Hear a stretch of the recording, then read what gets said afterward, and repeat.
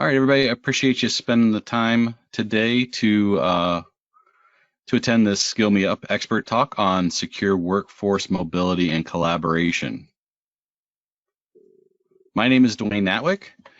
I am a author, trainer, and product manager. I've been in the industry for over 30 years. I hold multiple Azure and 365 role-based certifications along with my CISSP and PMP. I'm also a Microsoft certified trainer and a regional lead for the MCT program.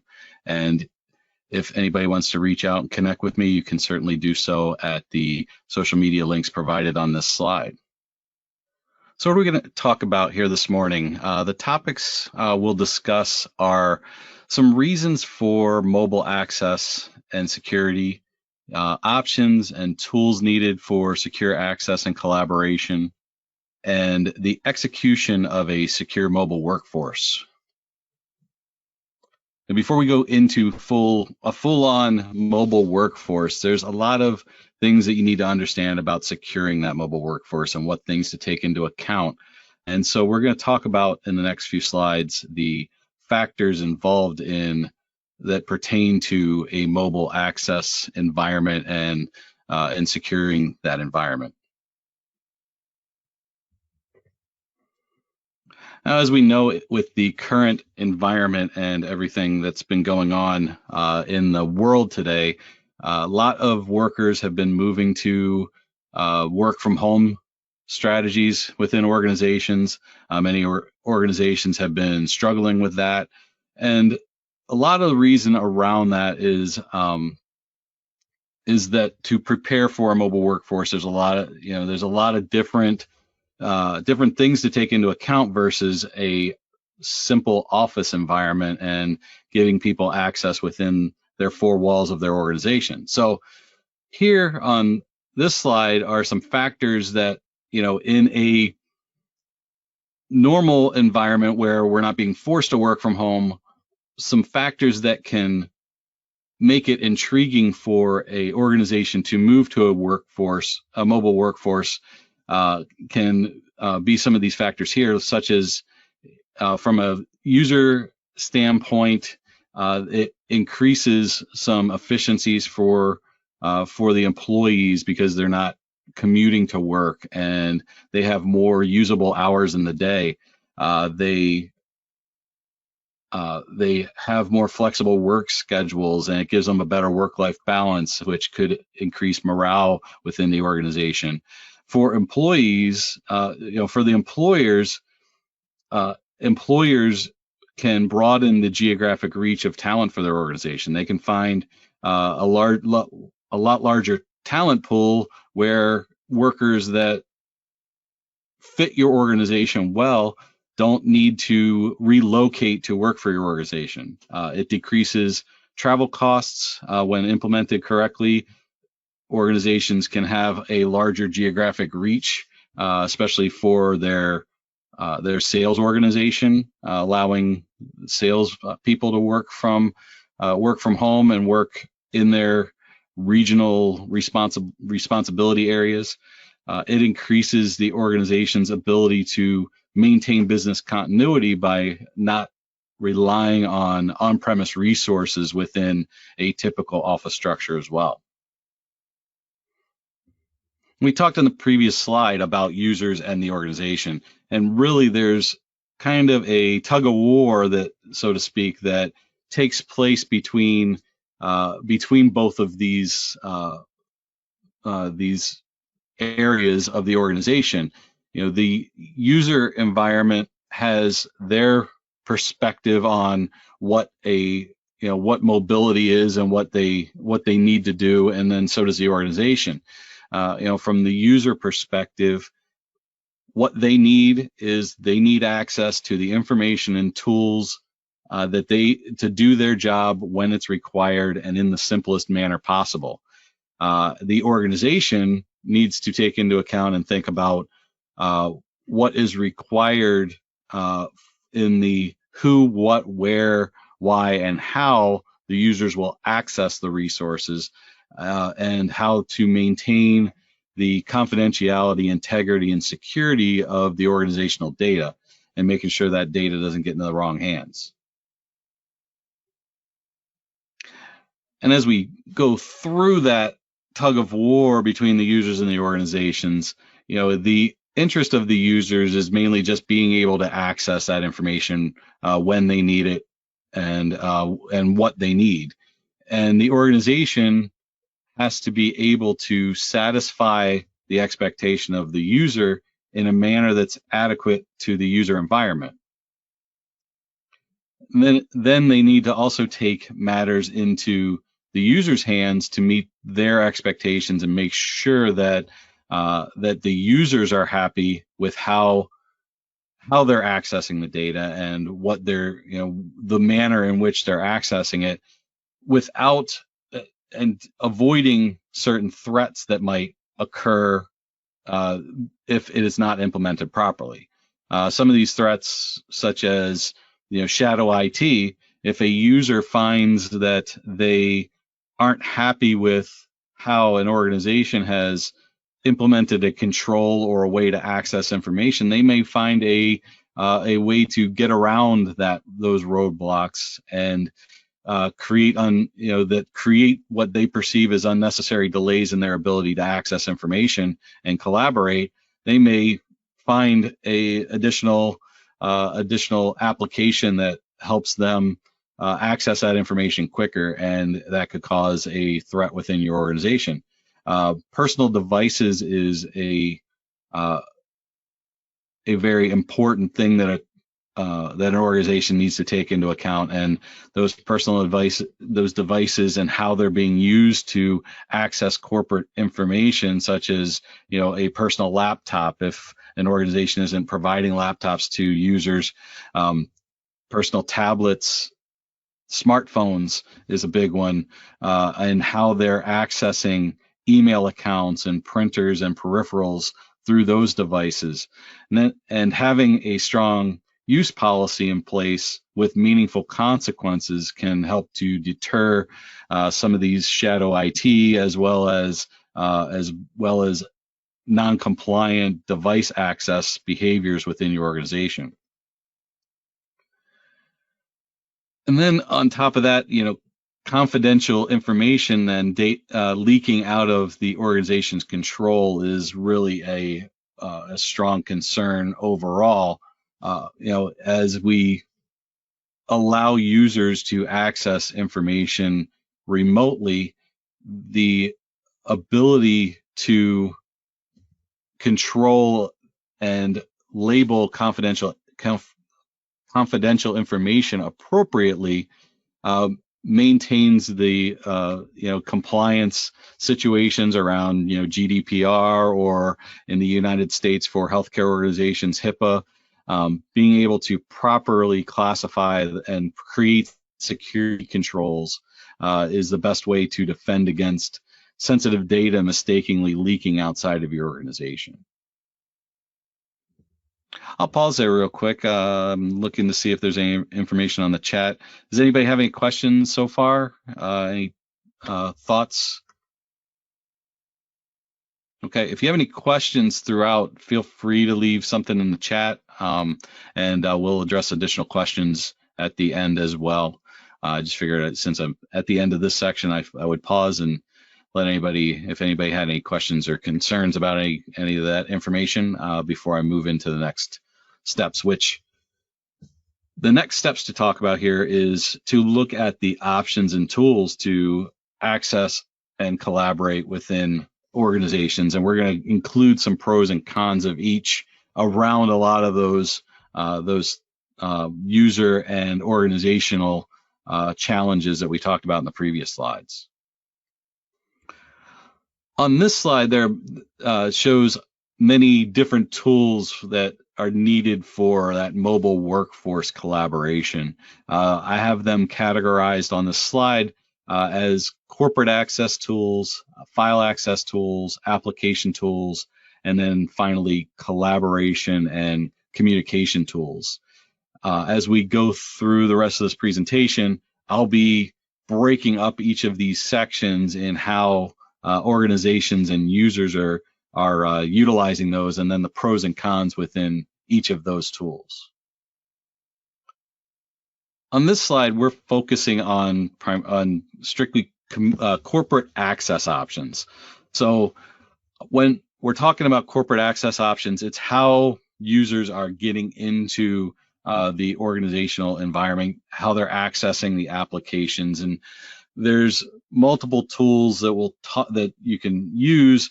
Here we're going to focus primarily on virtual desktop, virtual private networks or VPNs, and multi-factor authentication or MFA. When we're talking about virtual desktop is probably the most highly secure method for accessing corporate applications, and it has the most organizational control over as well. Data in a virtual desktop within a virtual desktop session stays in the data center and is not saved on the local host computer. When the session is terminated, that data is now no longer accessible. So when if a user leaves a laptop out, say they're at a coffee shop doing work, and they go to the counter and they don't lock their computer, and somebody grabs that laptop, heads out the door. Once that network connection drops, that thief no longer has access to get that corporate information, because that corporate information is actually in the data center. It's not on that laptop, so they're not going to have anything interesting from a corporate data standpoint, and the corporate data remains safe. So however, virtual desktop and implementing that virtual desktop infrastructure, it provides that centralized corporate management structure where images for the users can be maintained.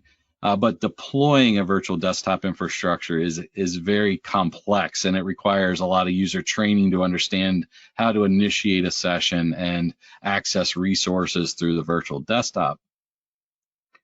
And some virtual desktop applications may not act the same in terms of authenticating to software as a service, SaaS applications, and may have challenges unless it's a very robust virtual desktop client, may have difficulty handling audio and video heavy applications.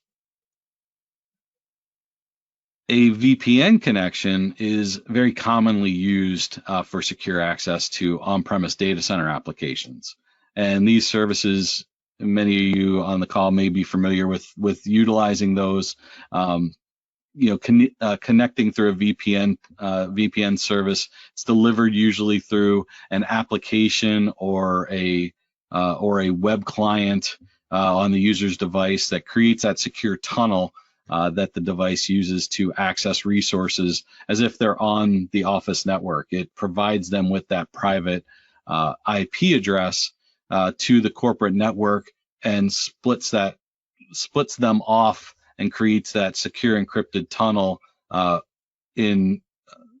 over generally a public internet broadband type connection without utilizing the HTTP and openness of the internet. And this VPN connection then provides a level of security and protection then to the organization as well. But it does require a user to initiate that remote connection, generally right on their personal device, and could create a increase in support calls for user connection issues and users that are having problems connecting through that VPN and don't have and then cannot access the applications and the data.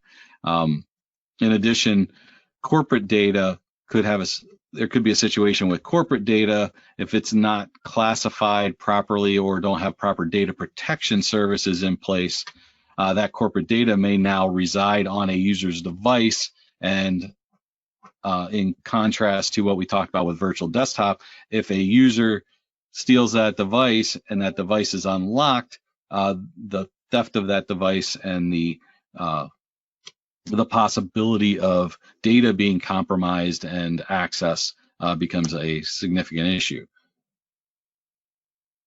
Whenever handling corporate access, it's very, we'll talk about, it's very important for multi-factor authentication to be utilized. A few years ago, probably multi-factor authentication was a lot less used from a widespread aspect. I think it's becoming much more accepted by users. When multi-factor authentication first came out, a lot of users probably felt, why do I have to go through a second step? I just want to put my password in and gain access to my information. With all of the cybersecurity threats that are out there, as they become more prevalent and more become in the news more and more, a lot of users, I think, are accepting that multi-factor authentication, and any organization that's having corporate data access should definitely have multi-factor authentication across any type of access to corporate data and corporate applications. It can be used for for virtual desktop, for VPN connection, as well as access to SaaS applications that are web-based. And it just gives that extra sense of security, that extra step, that if a laptop or a personal device of any kind is compromised or stolen, a bad actor is not going to be able to access that information, because they're not going to be able to log into those applications without having another means to authenticate, and therefore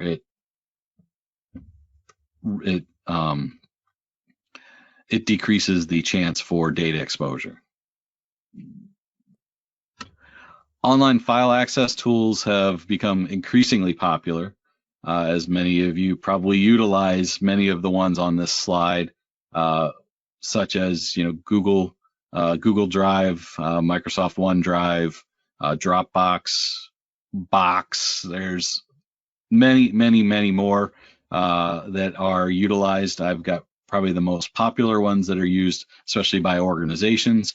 SharePoint is an intranet site that Microsoft has that can be used with on-premise servers as well as delivered online, that can deliver files and information for collaboration. One of the things about SharePoint is you can create those intranet and those website rich contents to present that information to users in a web type feel, and you can access and collaborate and share files through SharePoint. If a organization wants to implement a customized SharePoint site, it does require a increased level of knowledge and understanding around web design, just to make it look and feel that way to users.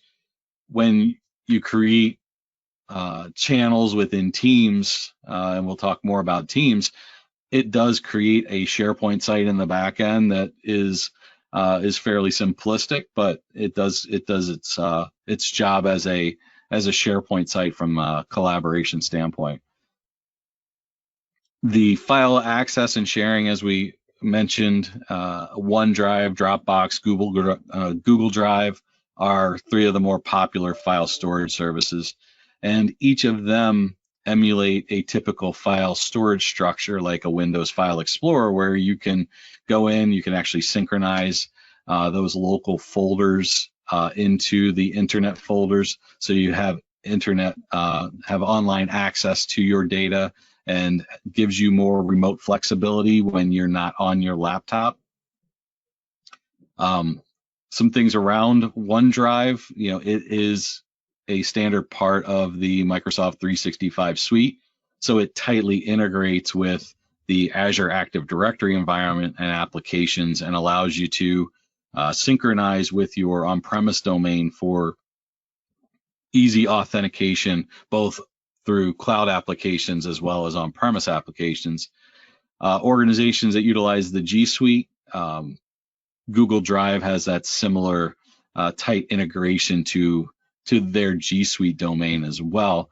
And you'll see G Suite not as much in a corporate aspect, but do see it very popular in public education, as well as it does have a place sometimes in healthcare, because G Suite does provide a rich set of discounts for the licensing around those areas where the Office and Microsoft environment has much more of a enterprise use and enterprise look and feel to it.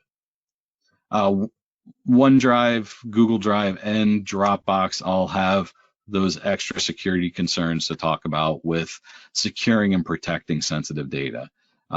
Since there is the possibility for local file synchronization to be enabled and to be set up by users, there's that security risk again of having those local copies of data on user devices. So it's very important that you have some sort of data protection service enabled to block that capability in general, especially for files that are labeled confidential. And there are suites within the 365 suite that puts that data protection service right into and information protection services right into that suite of products.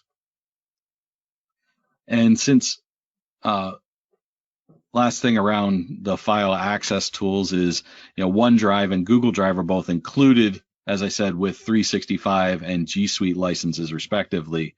So there's no additional charge for those tools. So there's obviously some reason for an organization to implement that if they're utilizing those suites of tools for productivity and for email and those type of things.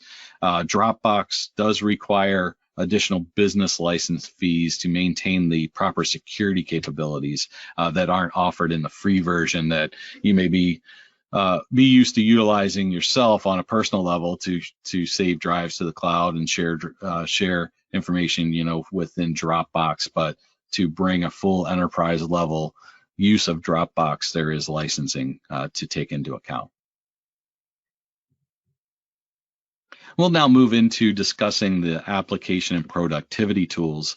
And there are really two options here. There's Microsoft's, which is Microsoft or Office 365, whichever you are talking about. Microsoft did recently announce some changes in their naming convention of Office 365. If you're using the personal, home, or small business suites of 365 products, they're rebranding those in the next couple weeks, I believe, for to be Microsoft 365 and different suites within Microsoft 365. They're dropping that Office name from the 365 business, home, and personal suites of products. For the enterprise products, if you're familiar with the enterprise, the E3, E5, F1 licensing, they still are going to have the Office 365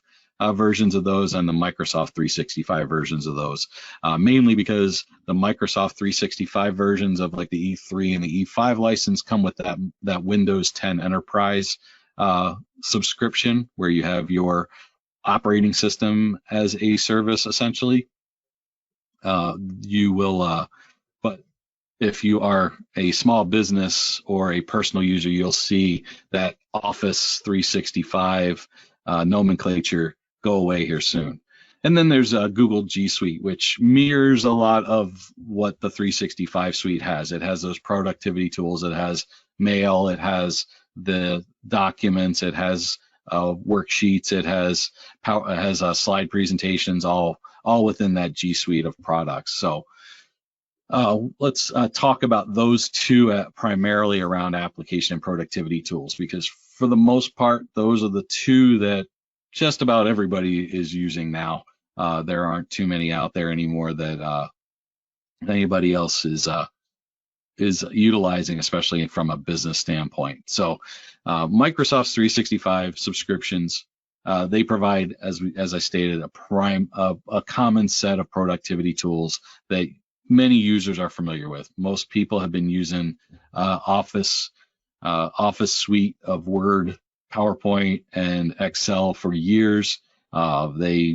Most organizations understand Outlook email, and in addition to what the suite offers for that, the ability to have those suites of products, now with the 365 suite, they offer the online version of those products as well. So you can access your files that are in OneDrive and bring up a web version of Word or Excel or PowerPoint and work on those in a online aspect without having to have your laptop available or have that local version downloaded.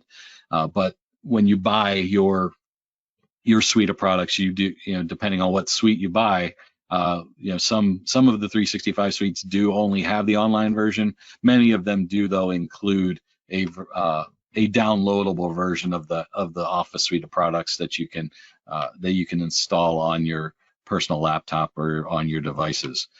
It has a very strong integration with existing Active Directory domains. 365 services do leverage Azure Active Directory as the primary source of identity and access management, but there are synchronization tools, Azure AD Connect, that can connect that and utilize the authentication of Active Directory, the legacy Active Directory in an enterprise's data center, and allow for one identity for their users in one aspect of logging in and provide that single sign-on. As we mentioned in the previous slide, for file sharing, there's OneDrive, and then for collaboration, many of the business licenses for 365 do include Teams integrated into those licenses as that form of collaboration tool. And we'll talk about that more on the next slide. It's important to understand when implementing a 365 environment that strong security measures on files and file sharing are put into place, as we stated within the OneDrive when we were talking about OneDrive on the previous slide. And then if those applications are installed locally, having update management in place and properly implemented to avoid missing security patches that may create a vulnerability to users in the organization. Many of you that may be using Office today may have found that you might go in the morning and log into Word or Outlook or PowerPoint, and a update bar pops up at the top of the screen that says there are updates available. Please, click here to take care of those updates. So there are a lot of updates now with 365. You're constantly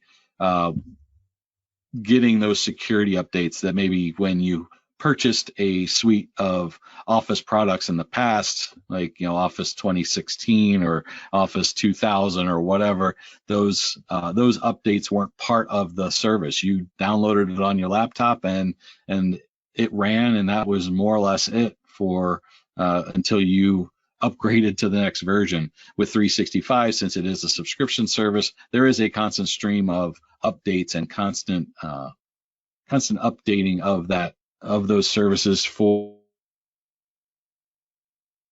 the last thing around 365 is that it's important to take into account and provide users with safe online usage training as part of any application rollout of 365, and having strong again acceptable use policies within your organization is important for all of these applications and how these applications are used. Google G Suite then provides, as I was saying before, that full suite of productivity tools that very tightly mirrors 365's Office Suite. These applications are accessible primarily online, and they're integrated with Google Drive for their sharing and collaboration. And Google then has their own domain, their own authentication, identity, and access management capabilities within Gmail, within the G Suite account or the Google, your actual Google account. And if an organization such as a school system or a corporate entity is using the G Suite of products, they can have their own customized domain as well that is part of the G Suite identity management for that integrated common login for the G Suite of products. You don't see Google's G Suite as common as Office applications from Microsoft in an corporate and enterprise environment. Like I stated before, it is very prevalent within the public school environment and within particularly in the United States. I don't know where everybody is from on this call, but G Suite is very prevalent within schools. You might be learning more about G Suite as I am recently with a lot of the homeschooling and online schooling that's taking place now. I'm learning a lot more about the G Suites of products. One of the key differentiators between 365 and the G Suite of products is that G Suite is generally an online access tool where you need that internet connection to use those applications. There isn't really a downloadable version of Google Docs or Google Sheets. You can synchronize your file, the Google Drive. You can have an online folder that is synchronized up to Google Drive, but really when you're using those applications, particularly on a laptop, you're accessing those online. So having an internet connection is important to be able to access those files and get to those files. As we get into collaboration and communication tools, there's a large number of those out there available for users to access and for corporations to utilize. This slide highlights a lot of the popular ones that I come across and that probably you have come across as well for both chat and video conferencing services. Slack is one that Slack's an open source chat tool for the most part. Some companies utilize it, a lot of developers utilize it. It's very common because it's very easy, it's free, and it's very easy to get started and pretty easy to use for users once they get on there. It's a chat only tool.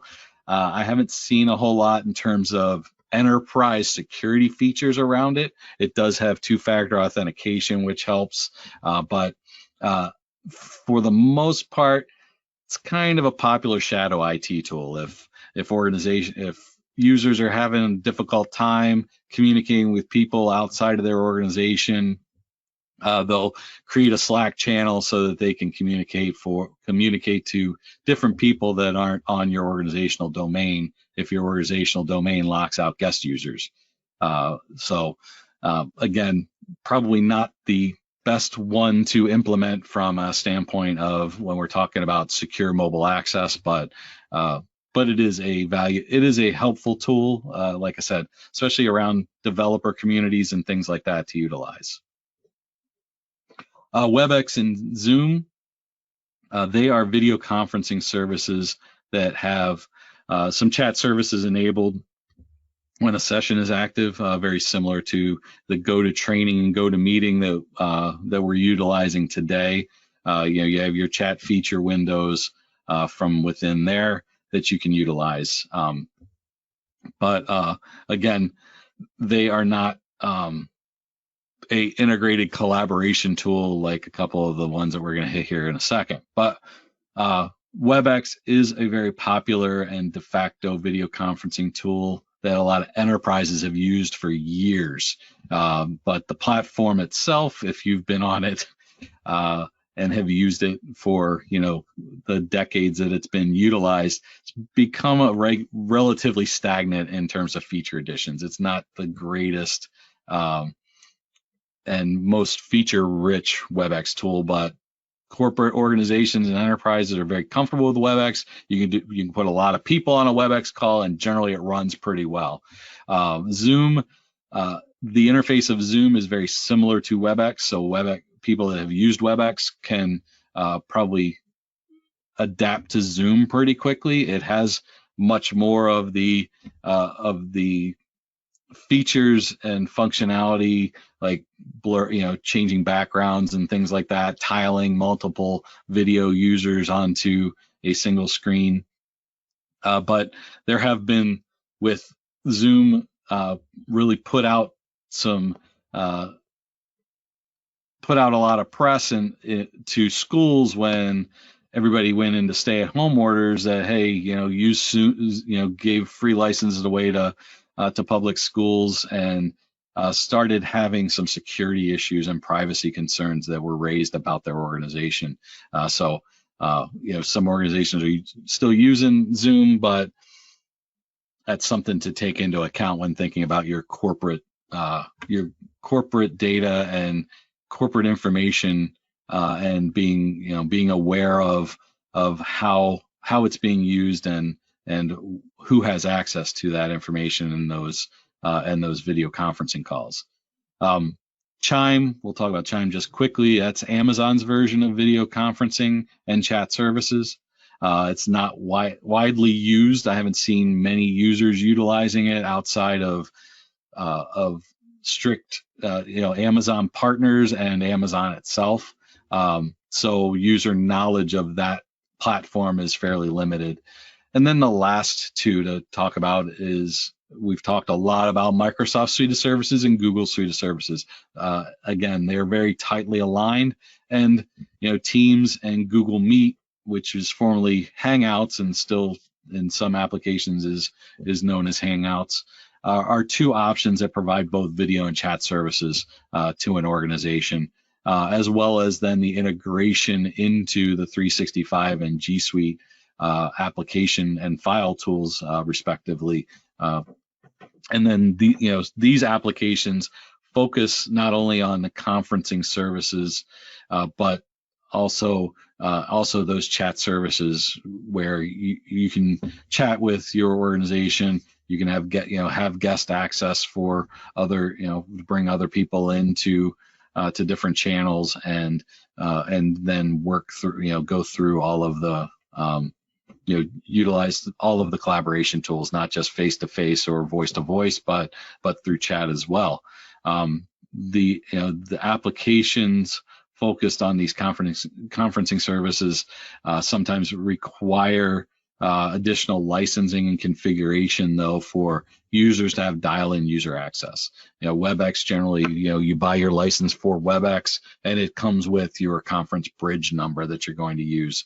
Out of the box, Teams and Google Meet are generally a voice and video through the computer type access and use.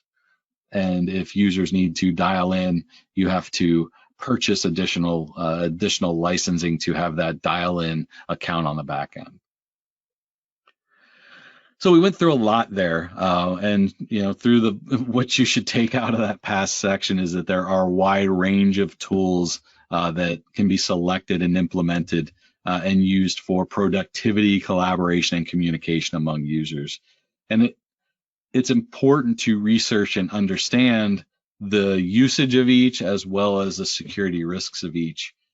Because if you choose the wrong tools, it'll lead to poor user experience, could lead to users looking elsewhere for an easier use of application, and then cause that shadow IT situation. So it's important then to have a lot of tools in your toolbox, as the graphic on the slide says, but make sure you have a tight security controls on those tools. Make sure that how users are accessing those tools aren't compromising the data of your organization. So as we finish up and go through the last section here of the presentation, we're going to take those tools and look at some different scenarios in how to execute those and execute that secure mobile workforce. We're going to start here with a on-premise focused organization. So I've broken out the persona essentially in this section as an organization that relies heavily on on-premise, and then we'll talk more about a hybrid type organization, and a organization that is purely a SaaS-based organization. So as we focus on this on-premise organization, this type of organization we can think of would be one that has not yet embraced many of the SaaS-based applications. They're still providing application access through primarily data center hosted applications. As you can see in the graphic here, they're utilizing in the back end here, they have their file server, their application server, email server, web server, all of those applications and tools for their toolbox are all on the back end behind a bunch of data center servers and equipment that now a user that is working remotely has to gain access to. This type of organization, when we went through and talked about the access tools, would definitely benefit utilizing a virtual desktop infrastructure, and because this is going to provide that secure connection to the data center. It's also going to maintain all the processing of the compute is going to be also in that data center. So the access to applications are going to be much quicker to that user to get to access those applications, because their operating system and their desktop, so to speak, are all running in the same data center environment as all of those application servers on the back end. The only connection really and the presentation that the user is then going to have is they're going to have their desktop image and their client that is going to run on their laptop. So everything then from the file, application, intranet, and email are all going to be presented on that virtual desktop client to the user. It then provides that level of security, as we talked about when we were talking about virtual desktop, that once that client is closed or that the client times out on that laptop, that data stays in that data center. That data is not going anywhere if that laptop goes anywhere. The only thing left on that laptop is whatever personal files or personal pictures or anything that user has on that personal device. So it's a very secure deployment of access to an organization's data and information. As I stated around virtual desktop previously, virtual desktop does have some security concern, or not security concerns, sorry, concerns when delivering rich video and voice audio data, running video content, such as YouTube or anything like that, as well as possibly running a video conference through that client. So it would be beneficial, as shown in this slide, to run that video conferencing service on that client's local device rather than through the virtual desktop device. You can still secure that device and secure that through multi-factor authentication and utilize the domain's connection through Active Directory. That's not a problem, but it is important to do that, and we'll talk a little bit more about that on the next slide. So we'll continue to hit multi-factor authentication, as I talked about earlier. Multi-factor authentication should be the baseline for identity and access management for every organization. for access to corporate resources. Generally, most multi-factor authentication applications can be run and federated with on-premise Active Directory as well as hundreds of different SaaS applications. So you shouldn't, if you're purchasing a multi-factor authentication subscription to any of the leading providers of multi-factor authentication. Microsoft has one, Duo, Duo Cisco is Cisco's, or any other of the multi-factor authentication applications out there. I'm coming up with a loss of any additional ones right now, but those are some big ones.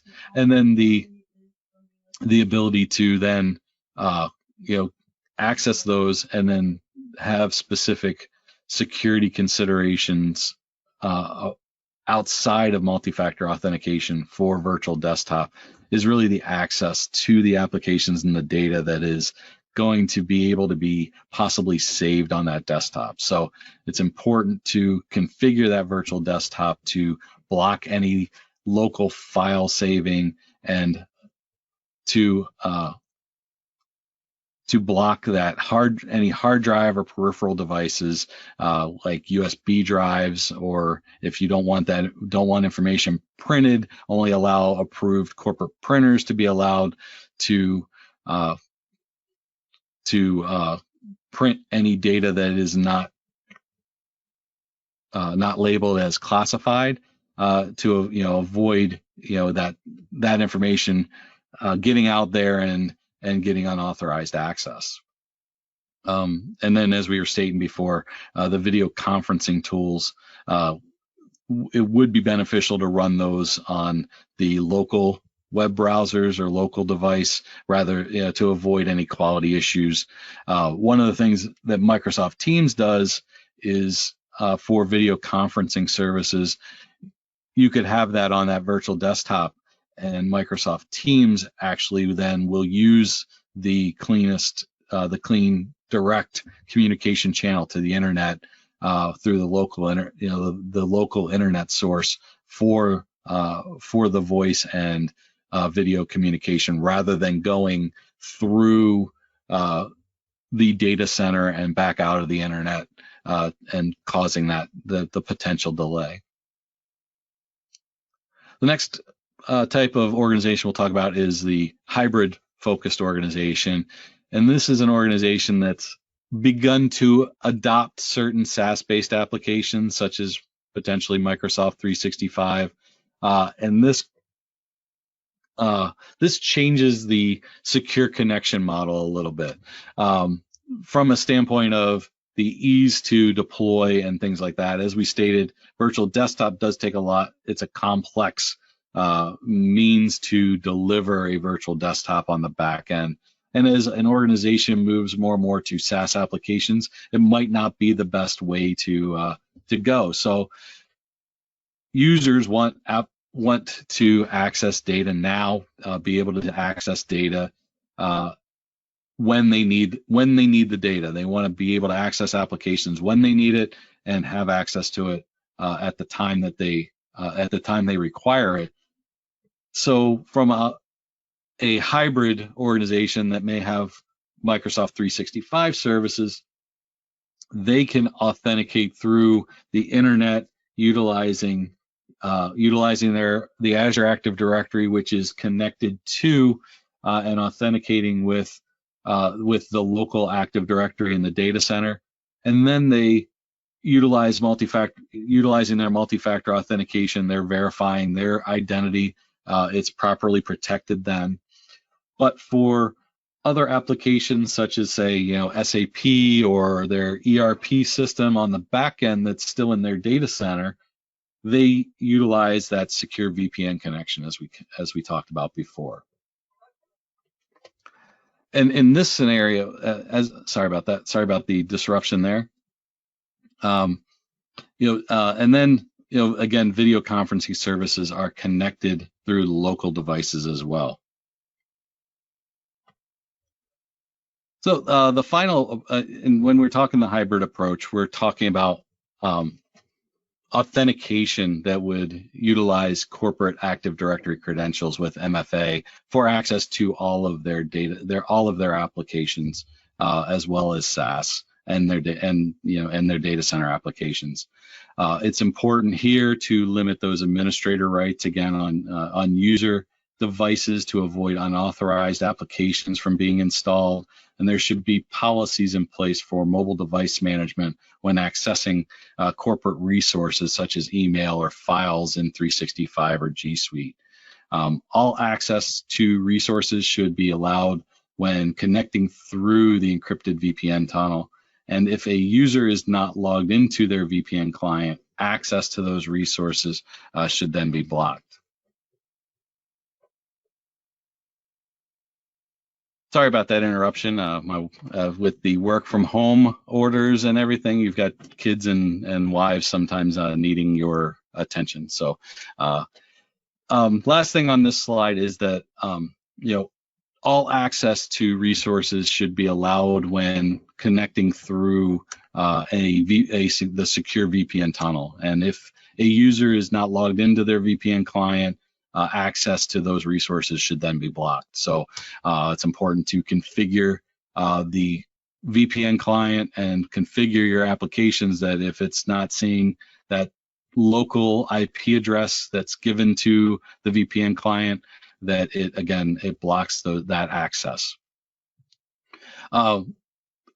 As with the virtual desktop, limiting the use of peripherals on local devices, blocking USB devices is another policy that should be strongly considered to avoid data theft on local devices. Avoid the confidential and corporate data from being put on a local device. We haven't talked about it much, but mobile device management tools such as Intune or IBM device protection and VMware's AirWatch are ways to protect those devices and manage those devices remotely. So if a device is stolen, you could actually wipe that device. The last approach we're going to talk about is those organizations that may have embraced a full SaaS application and cloud application for all their users. You're not going to find this a whole lot in the enterprise realm, but a lot in small businesses. Small businesses are looking for ways to not have to have servers on site, so they're looking at a lot of SaaS applications. They're running, their 365 applications. They're running websites through SharePoint. They're running their WebEx calls, and then they're running their whole backend through potentially Salesforce or some other CRM service, maybe Dynamics. Dynamics 365 has created a very rich set of tools for their for a full aspect of utilizing, of running a business really through their through sales and fulfillment and billing, all through one suite of tools. And in this scenario, obviously security settings are extremely important, and they're all through that web application, and users have access to these applications through any device. And an organization should have policies again for mobile devices. Mobile device management tools such as Intune or AirWatch or IBM device protection are all very important. The organization should also again invest in data protection and information protection services to avoid the loss of confidential information, and being able to label information and recognize sensitive information that might be going through email. And then again, user devices in all of these scenarios, user device administration rights should definitely be decreased on devices to avoid the use of unauthorized applications.